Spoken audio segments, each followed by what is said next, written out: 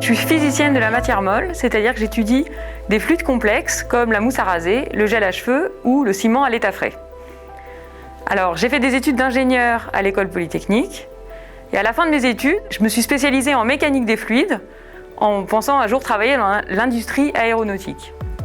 Puis en fait, j'ai découvert par hasard à la fois la beauté des objets liquides comme les gouttes ou les bulles et aussi ce qu'était la recherche. Et ces deux choses m'ont séduite et j'ai donc continué en faisant une thèse en physique des liquides avant de me spécialiser dans ces fluides qu'on appelle complexes parce qu'ils se comportent parfois comme des solides et parfois comme des liquides.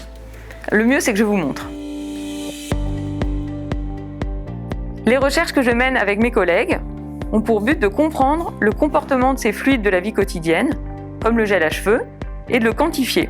Quand je parle de quantifier, je parle de mesurer leur écoulement et de le modéliser.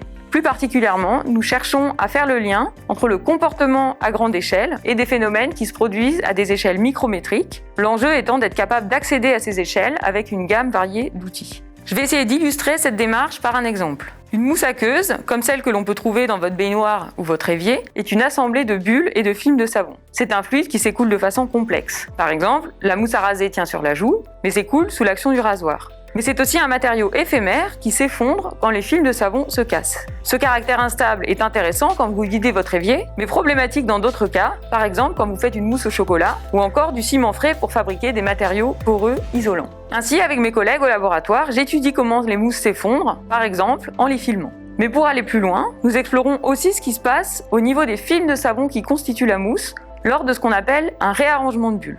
Il s'agit d'un événement rapide de quelques millisecondes au cours duquel les bulles changent de voisine et qui, répétées à plusieurs endroits dans la mousse, lui permet de s'écouler. On sait que leur dynamique dépend énormément du type de savon moussant utilisé.